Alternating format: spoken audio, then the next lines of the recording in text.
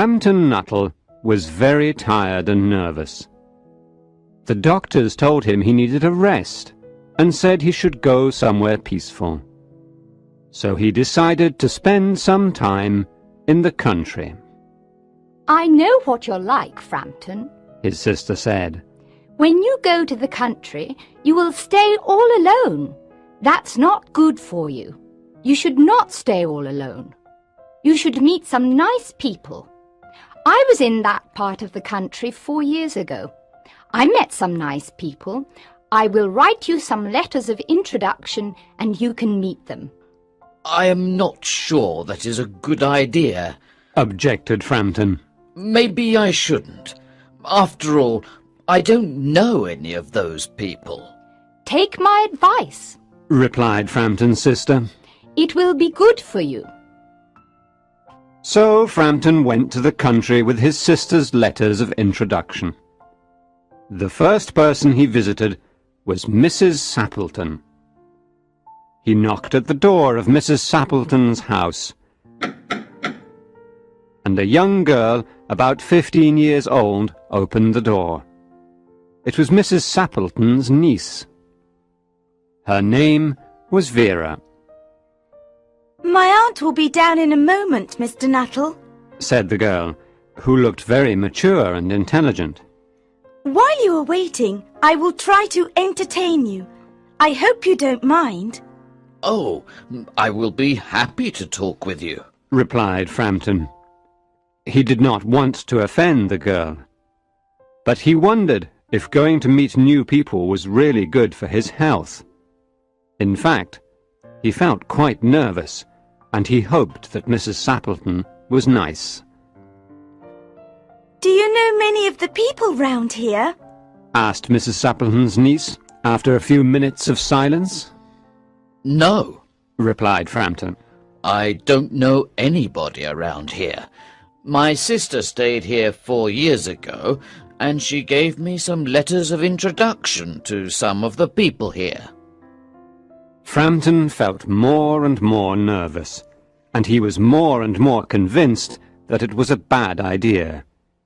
He needed rest, not new friends.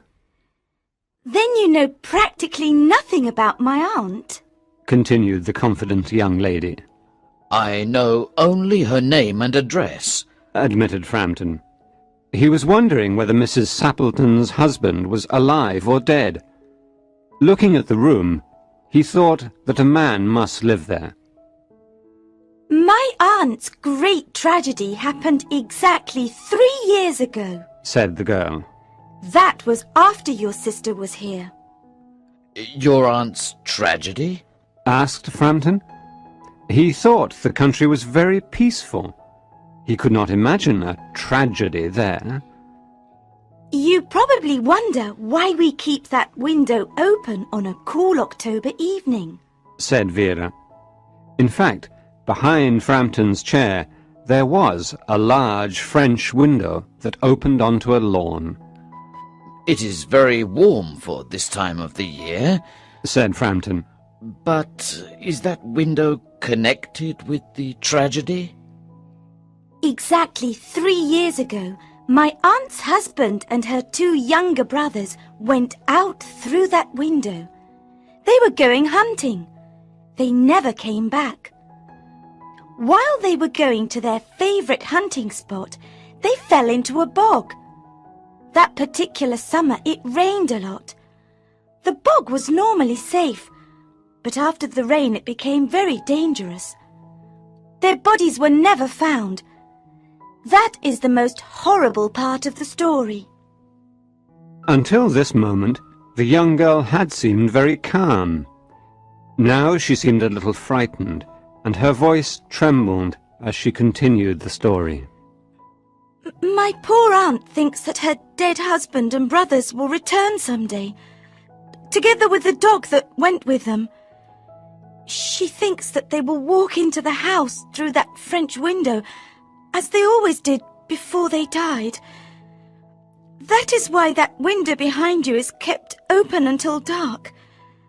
My poor aunt, she has often told me every detail of that terrible day, Her husband carried a white raincoat over his arm.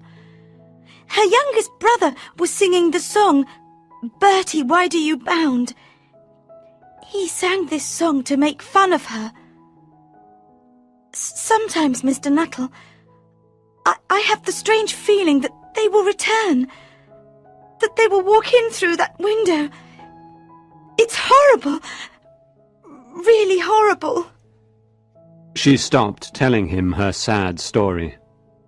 Frampton was happy when the aunt came back into the room. I hope my niece is entertaining you, Mr. Nuttall, Mrs. Sappleton said. She is very interesting, said Frampton nervously. I hope you don't mind the open window, said Mrs. Sappleton quickly. My husband and my brothers will be back from hunting soon. They always come into the house through that window. Today they went to the bogs to hunt for snipe.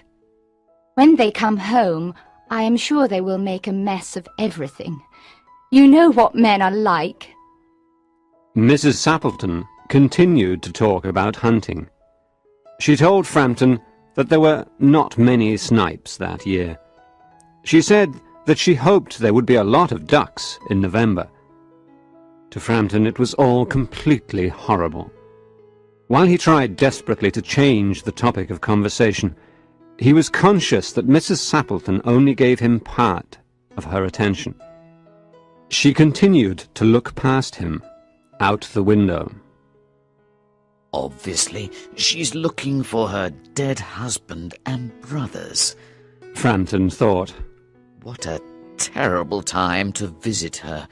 Today, the anniversary of their death. To change the topic of conversation, he started talking about his bad health. The doctors, he said, told me to rest. I should avoid mental excitement, and I should avoid all physical activity. They did not, however, tell me what I should eat.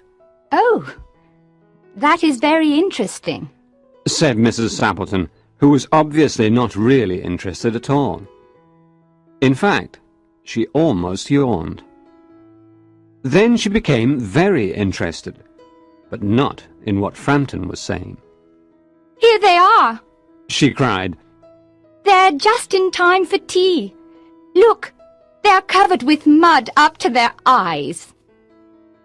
Frampton shivered and looked at Vera. His look seemed to say, "Oh, I'm really sorry for your poor aunt." But the girl was looking out the window, and she looked horrified. Frampton became terrified. He turned around and looked out the window too. It was almost dark, but Frampton could see 3 men walking across the lawn towards the window. They all carried guns. One of the 3 men had a white raincoat over his arm. There was also a small dog. They did not say a word. When they were near the window, one of them began to sing, "Bertie, why do you bound?" Frampton jumped up from his chair. He picked up his coat and ran out of the house to the road and was never seen again. "Here we are, my dear," said the man who was carrying the white raincoat over his arm. "I'm sorry we are a little muddy. Who was that man who ran away?" A very strange man. His name is Frampton Nuttall, said Mrs. Sappleton. He only wanted to talk about his bad health, and then he ran away without saying goodbye and without apologizing, as if he had seen a ghost. I think he ran away because he saw the dog, said Mrs. Sappleton's niece calmly. He told me that he was very afraid of dogs. When he was in India many years ago, he was attacked by a pack of wild dogs. He ran into a cemetery and had to spend the night in a newly dug grave. The dogs growled and snarled above him for the entire night. So you can understand why he is so afraid of dogs. Inventing fantastic stories was Vera's speciality.